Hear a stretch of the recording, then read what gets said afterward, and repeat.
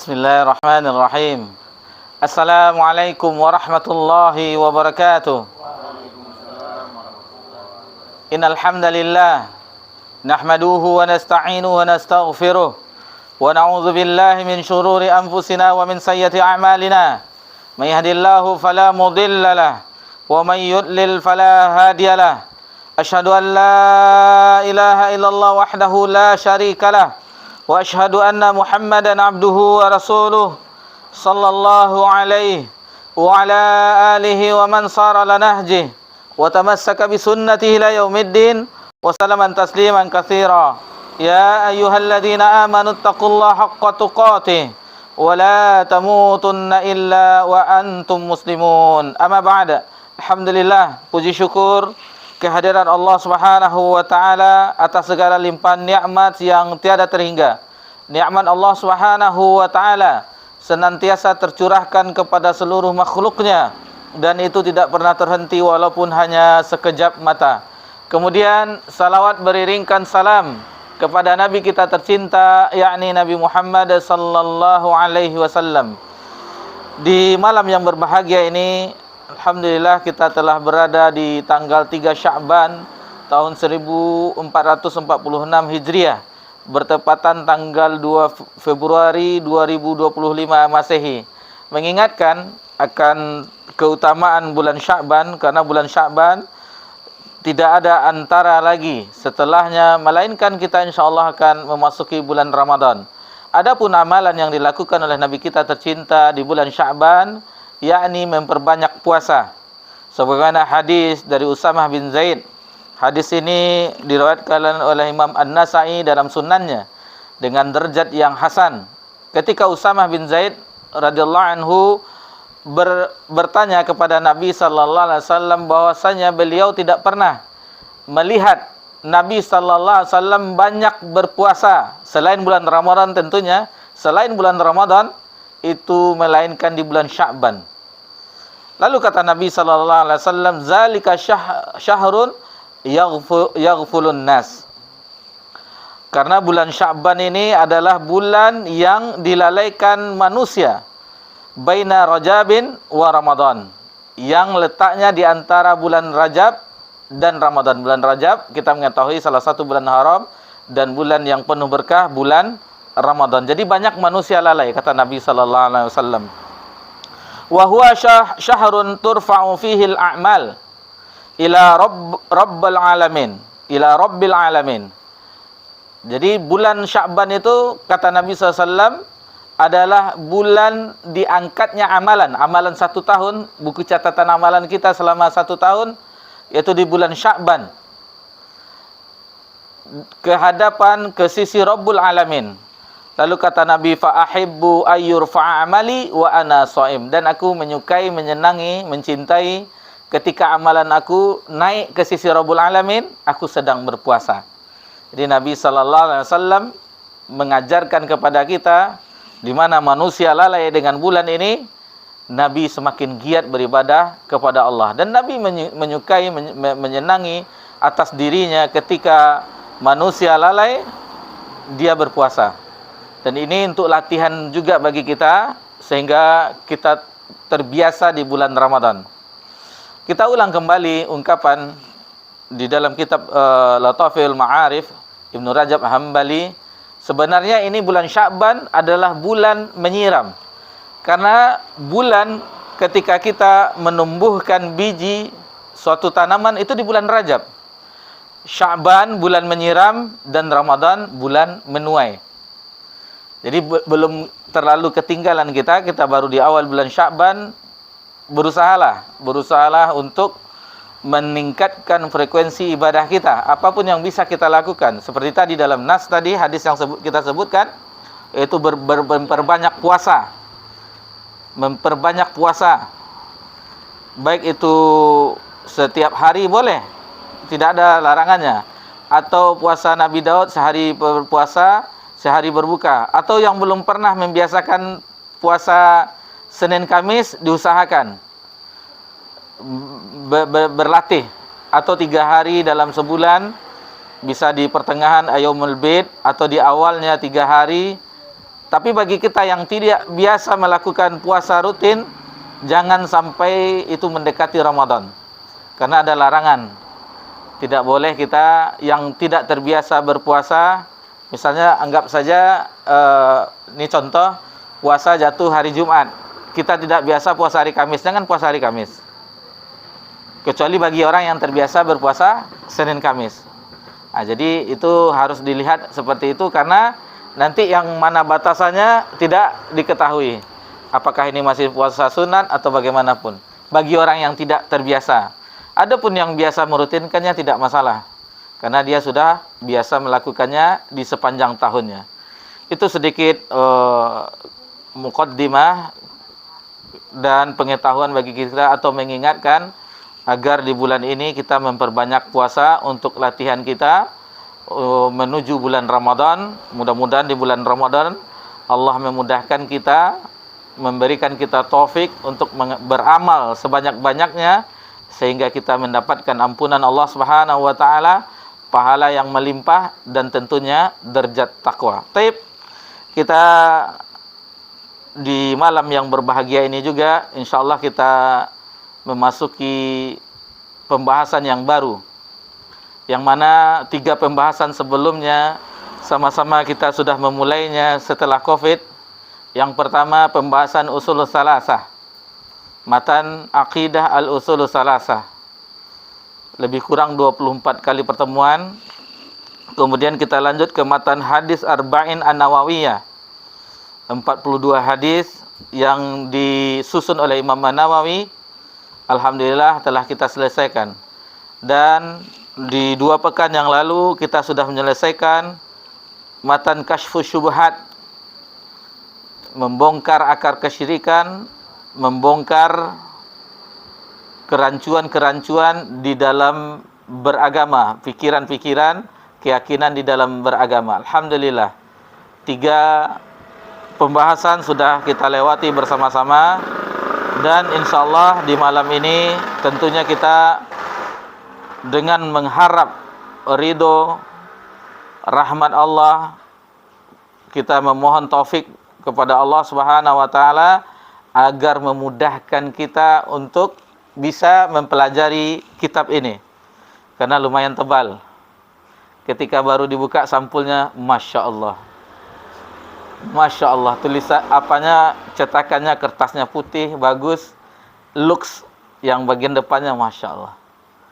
Kalau kita perhatikan ulama dahulu itu cuman kertas-kertas sisa, yang ada putihnya diambil supaya lurus, diberikan benang disitulah. Seperti kisah Syekh Albani ketika meneliti hadis, kertas-kertas bekas supaya lurus tulisannya diberi benang, dan sisa-sisa itu. Dan kita alhamdulillah kitabnya yang bagus, HVS, looks, berwarna-warna, dan cuman bedanya semangat kita berbeda dengan ulama-ulama terdahulu.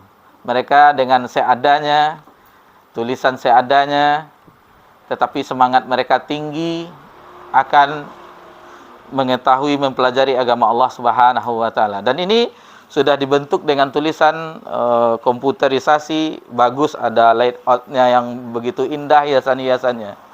Ada sebuah kisah ulama terdahulu yang mempunyai tulisan yang seadanya.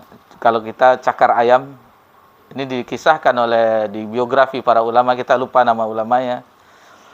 Kalau dahulu catatan-catatan ulama itu bisa diperjualbelikan. Jadi kalau tidak ada uang untuk meneruskan kehidupannya, dijualnya kitabnya, tulisannya di pasar. Lalu ini pembahasannya, misalnya pembahasannya tentang ini dijual. Di kemudian harinya alhamdulillah ada rezeki beliau. Lalu pergilah ke toko buku, dibelinya. Lalu dibukanya. Jelek sekali tulisan ini. Rupanya itu adalah kitabnya yang dahulu. Jadi dia mencerca tulisannya yang dulu. Jelek sekali tulisan. Perasaan kenal nih tulisan kitab ini. Dia butuh pembahasan itu. Lalu katanya, oh ini tulisan saya yang dulu katanya. Tetapi masih semangat belajar. Masih semangat belajar. Dan dahulu tidak ada mesin fotokopi Kalau zaman dahulu fotokopi, kita pergi ke jasa tukang salin tulisan dengan tinta yang dicelup, lalu menunggu berhari-hari dan berbulan-bulan untuk menyalin tulisan tersebut. Sekian lembar, sekian dinar atau dirham upahnya. Seperti itu fotokopi zaman dahulu. Kalau sekarang udah canggih. Fotokopi atau penerbit toko buku itu, kalau kita fotokopi yang ini, kita ke toko buku mungkin tidak jauh beda harganya. Mending kita beli bukunya. Kemudian kitab ini adalah kitab yang yang paling banyak dibahas di dunia setelah Al-Qur'anul Karim.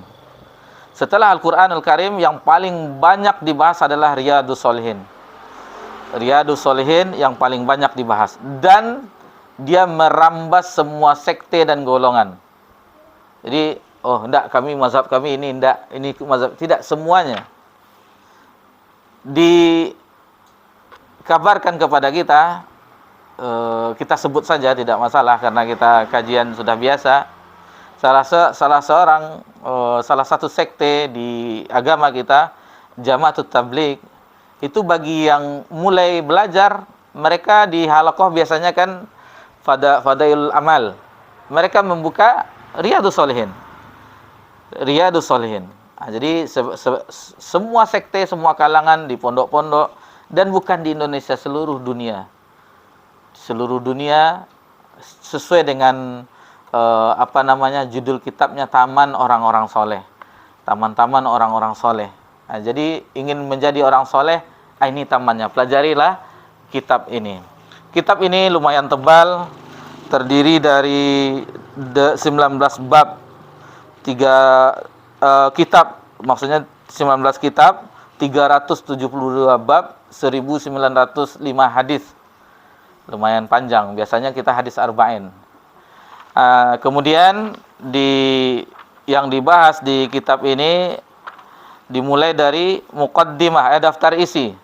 Atau kita lihat daftar isi, karena kita sekalian membedah kitab ini.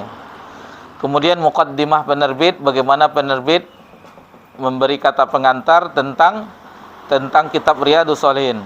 Kemudian muqaddimah dari pentahqiq, yaitu Syekh Albani, Abu Abdurrahman, nanti bisa dibaca sendiri.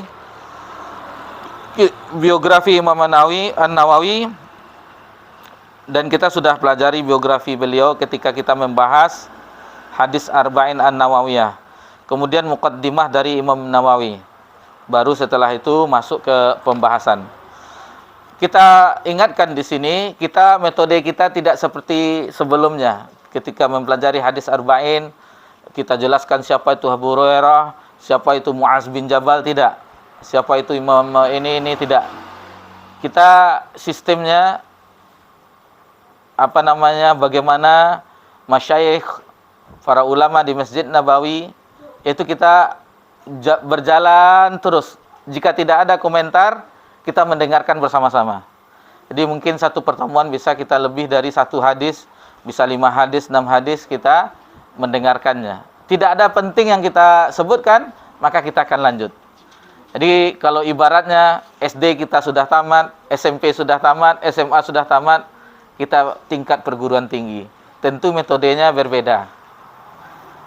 Dan untuk membaca detail-detailnya harus membaca sendiri, tidak dibacakan lagi. Harus membaca sendiri. Kan sudah ada di hadapan kita. Kalau mau baca, banyak dapat faedah. Tapi kalau dengar di kajian cuma hanya menyampaikan secara global. Adapun ingin lebih detailnya, baca sendiri.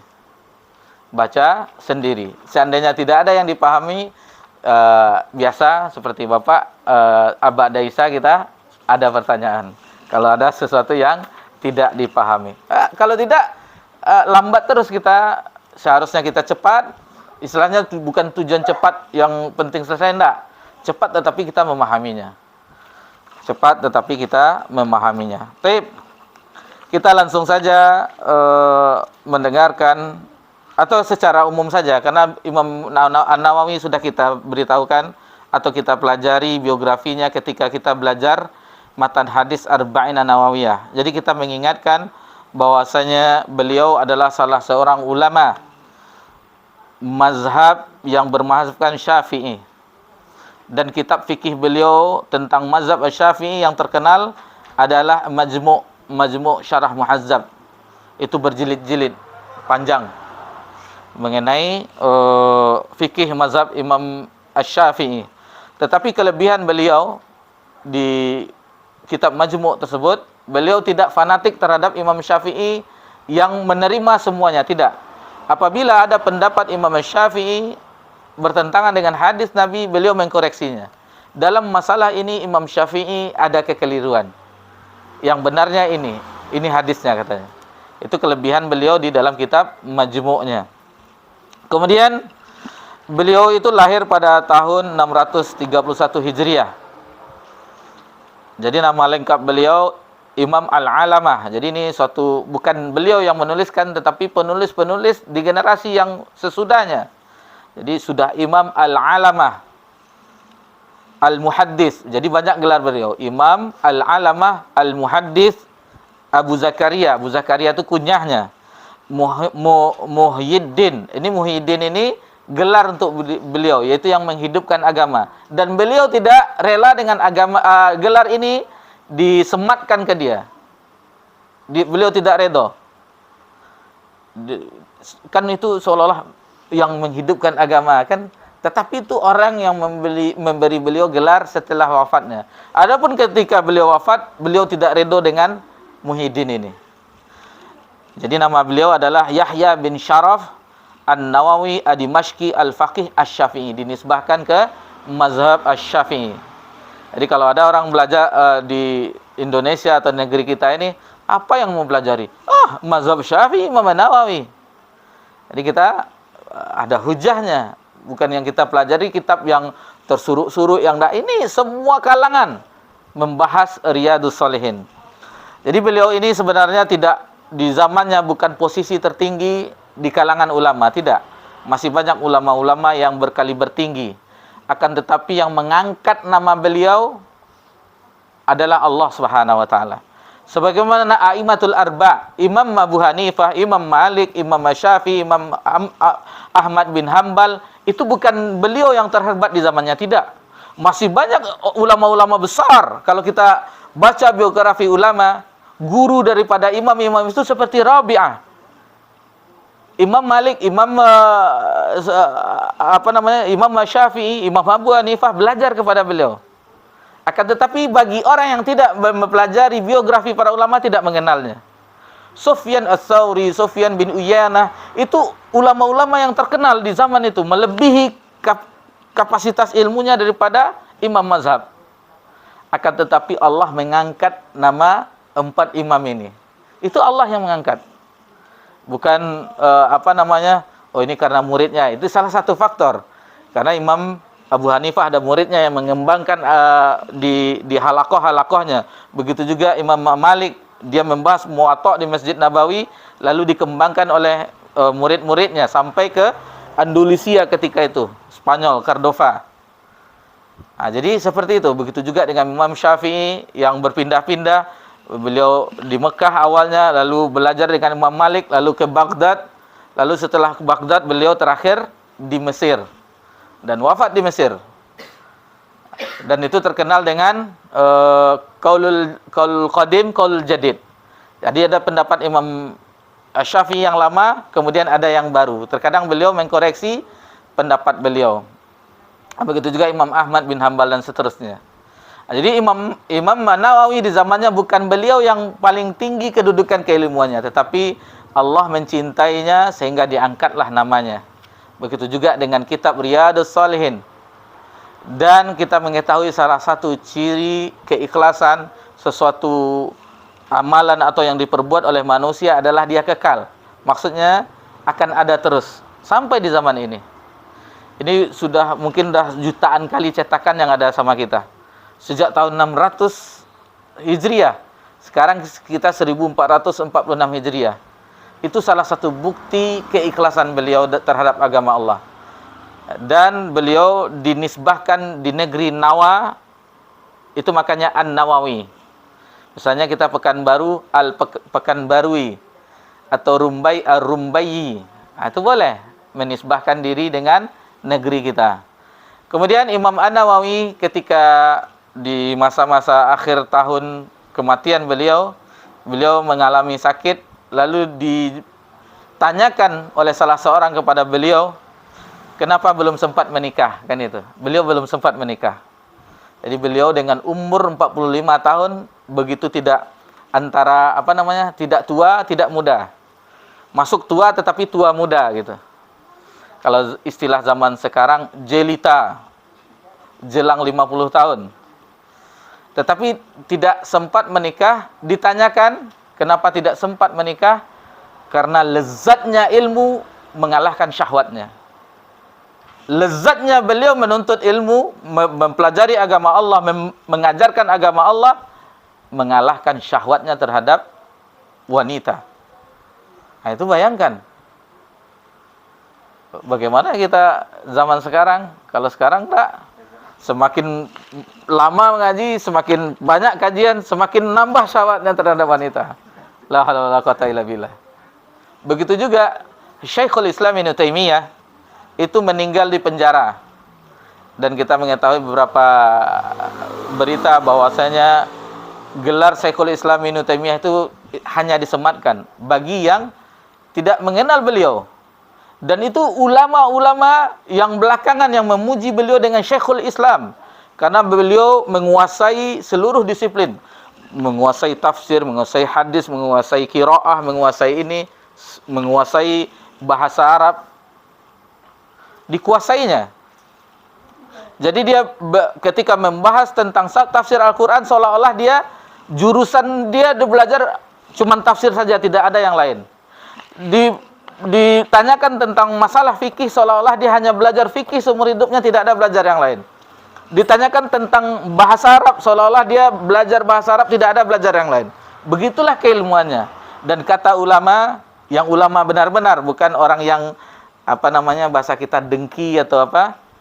Belum ada orang yang secerdas Syekhul Islam sejak zamannya sampai sekarang, sampai di zaman kita ini, yang menandingi kecerdasannya. Tetapi bagi orang yang tidak paham, ada kontradiksi, gesekan di dalam dakwah, ini Ibnu Taimiyah itu alirannya Pak Wahab katanya. Pak Wahab itu katanya. Nah, ini bagi yang tidak paham, apa hubungannya? Syekh Muhammad bin Abdul Wahab itu di abad ke-12. Sementara Syekhul Islam Ibnu Taimiyah di abad yang ke-7 atau ke-8. Tidak mungkin orang yang terdahulu mengikuti orang yang kemudian. Kan aneh. Itulah fitnah kalau kita tidak bisa memahaminya. Akhirnya karena fitnah itu kita tidak mau mempelajari apa yang telah dituliskan oleh para ulama tersebut. Taib, itu sedikit tentang Imam An-Nawawi rahimallahu taala. Kemudian muqaddimah dari Imam An-Nawawi kita dengarkan, Ustaz Yayan. Ini mulai kita di muqaddimah. Bismillahirrahmanirrahim. Muqaddimah penulis Imam An-Nawawi. Segala puji bagi Allah yang Maha Esa lagi Maha Menundukkan, Maha Perkasa lagi Maha Pengampun, yang mempergantikan siang dan malam sebagai peringatan bagi orang-orang yang memiliki hati dan pandangan, sebagai petunjuk bagi orang-orang yang berakal dan berkenan mengambil pelajaran, yang menyandarkan hamba-hambanya yang terpilih lalu membuat mereka zuhud di dunia ini, yang menyibukkan mereka untuk selalu merasakan pengawasannya dan menggunakan pemikiran senantiasa mengambil nasihat dan kembali sadar dan teringat kepadanya, yang membimbing mereka untuk senantiasa menaatinya, menyiapkan diri menghadapi kehidupan akhirat, waspada terhadap hal-hal yang mengundang murkanya dan menyeret ke dalam neraka, serta konsisten di atas hal itu seiring dengan pergantian keadaan dan zaman. Saya memujinya dengan pujian paling mendalam dan paling suci, paling menyeluruh dan paling melimpah. Saya bersaksi bahwa tidak ada Tuhan yang berhak disembah kecuali Allah yang maha baik lagi maha pemurah, maha penyayang lagi maha pengasih.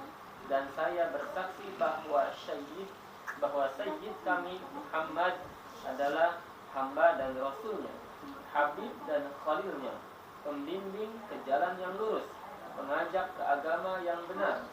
Semoga salawat dan salam dari Allah tercurah kepada beliau, kepada nabi-nabi lainnya, keluarga mereka dan orang-orang soleh. Amma ba'd.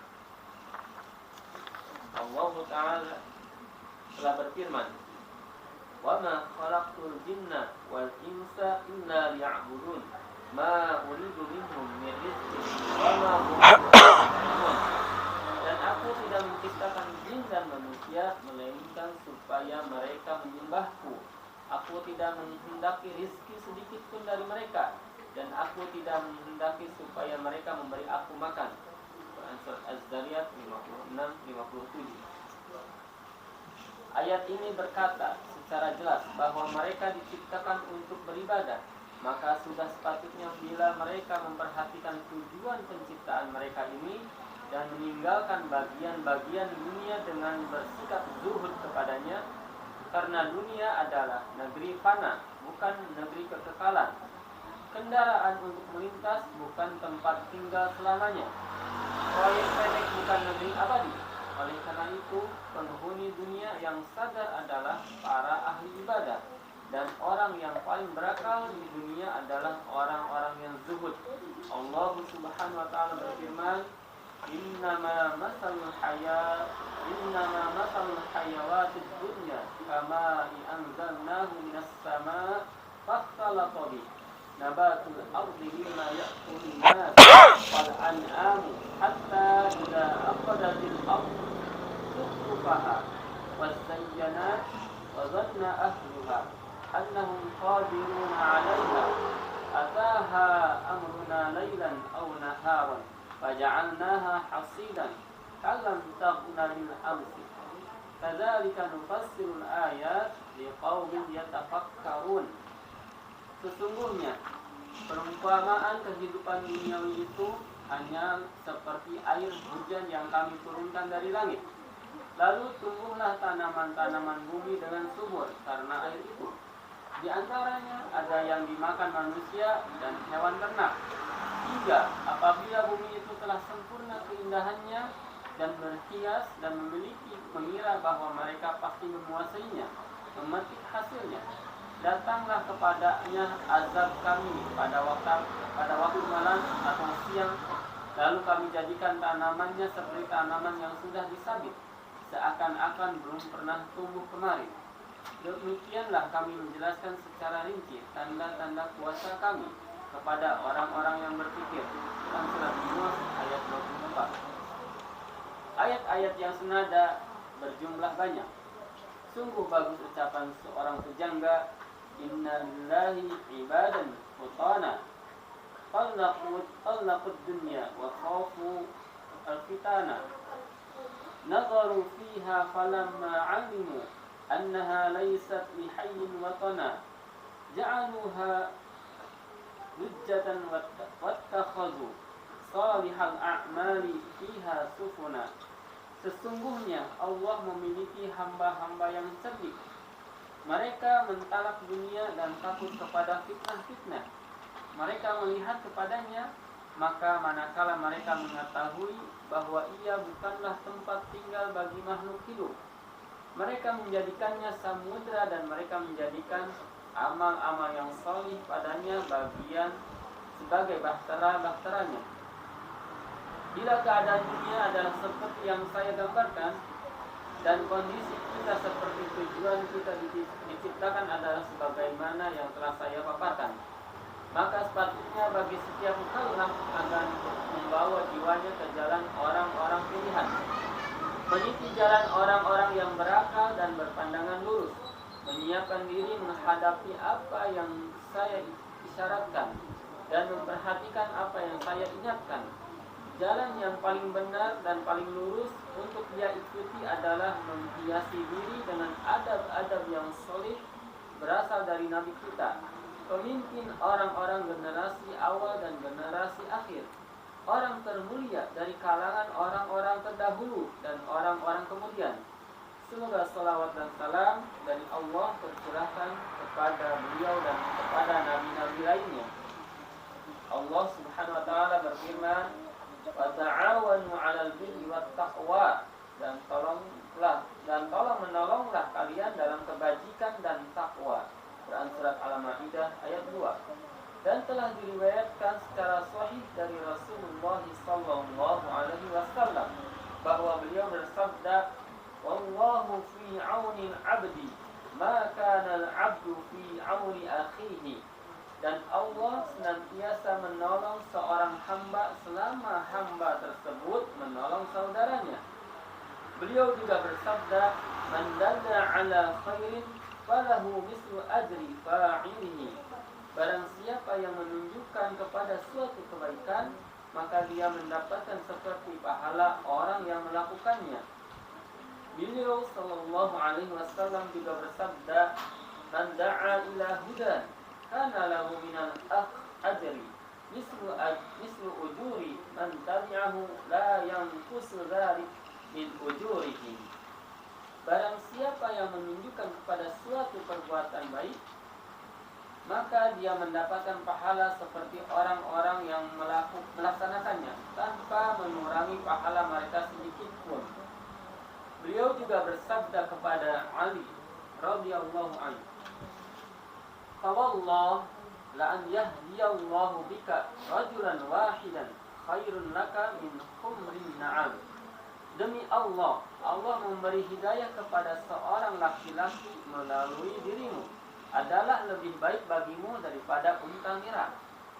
Maka saya bermaksud mengumpulkan hadis-hadis sahih secara ringkas yang memaparkan jalan yang bisa mengantarkan orang yang mengambilnya menuju akhirat, menjelaskan adab-adabnya yang lahir maupun batin, mencakup anjuran dan ancaman, serta adab-adab orang yang berjalan menuju akhirat, meliputi hadis-hadis zuhud, latihan-latihan jiwa, penataan akhlak, penyucian dan terapi hati, penjagaan terhadap anggota badan dan membuang kebengkokannya, dan hal-hal lainnya yang menjadi tujuan orang-orang yang mengetahui.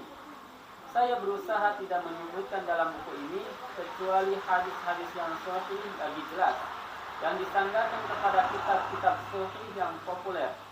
Saya memulai bab-babnya dengan ayat-ayat Al-Quran yang mulia, dan saya menjelaskan kata yang perlu untuk dijelaskan cara membacanya atau maknanya yang samar dengan keterangan-keterangan yang berharga.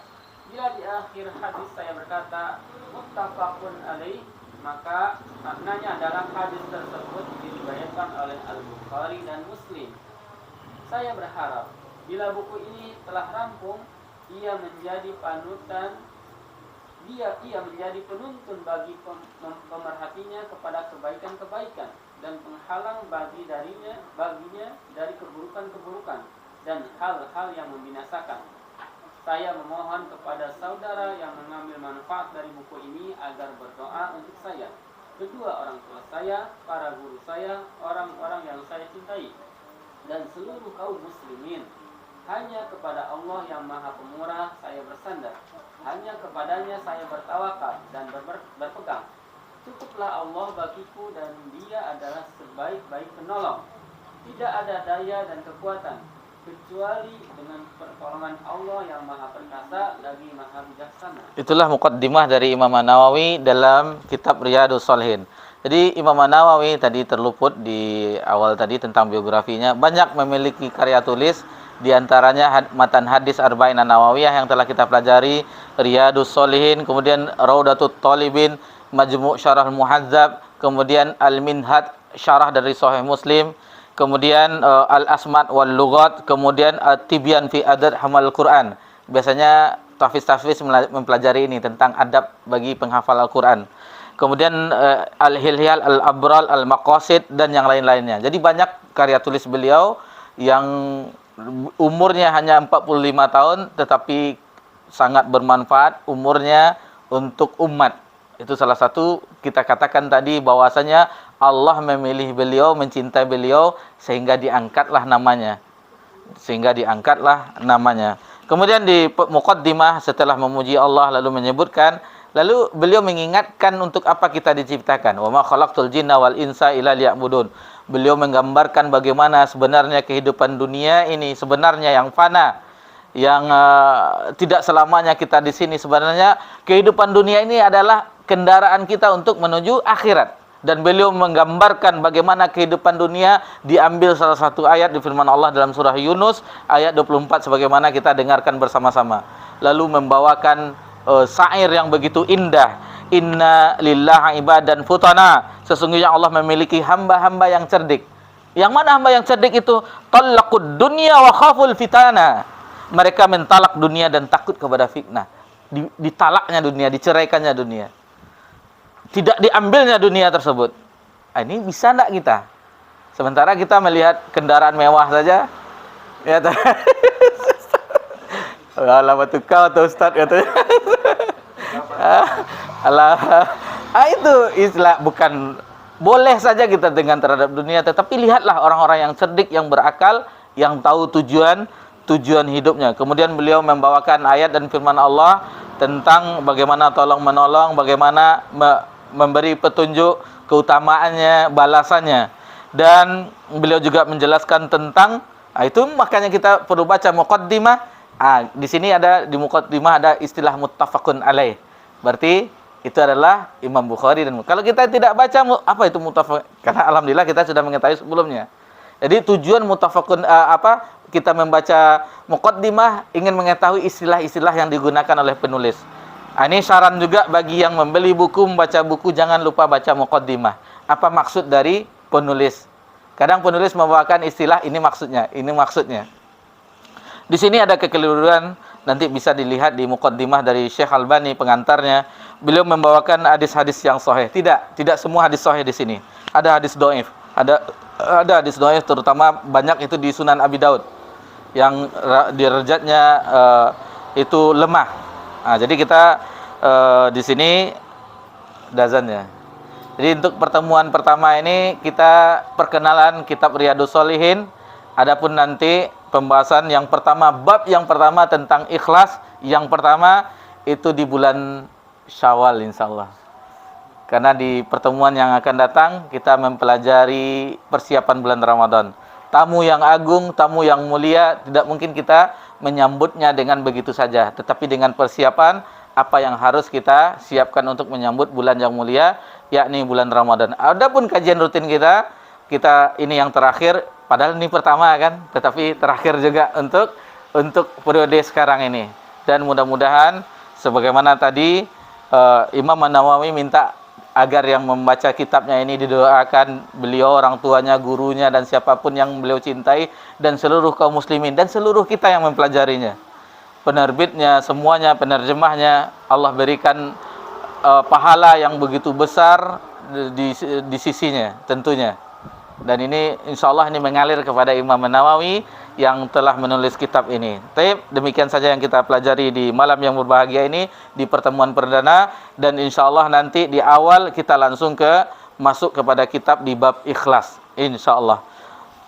Subhanakallahumma bihamdika asyhadu an la ilaha illa anta astaghfiruka wa atubu ilaik. Wassalamu ala nabi Muhammad sallallahu alaihi wasallam wa ala alihi washabbihi ajmain walhamdulillahirabbil alamin. Wassalamualaikum warahmatullahi wabarakatuh.